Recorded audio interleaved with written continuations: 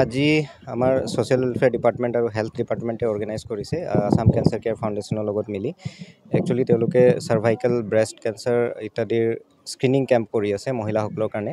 চ' 8 March আন্তৰ্জাতিক মহিলা দিৱস হয় আৰু সকলোকে শুভেচ্ছা জনাইছোঁ। কিন্তু আজিৰ প্ৰগ্ৰামটো আমি স্পেচিয়েলি সেই ডিপাৰ্টমেণ্টসকলে কোঅৰ্ডিনেট কৰি ষ্টাৰ্ট কৰাৰ কাৰণটো হ'ল যে কেতিয়াবা কি হয়, কেঞ্চাৰ ডিটেকশ্যনত বহুত সময় দেৰি হৈ যায় আৰু দেৰি হ'লে মহিলাসকলৰ যেতিয়া ডিটেক্ট হয় বা বাকী মানুহৰ যেতিয়া ডিটেক্ট হয় তেতিয়া ট্ৰিটমেণ্ট কৰিবলৈ ডিফিকাল্টি হয়।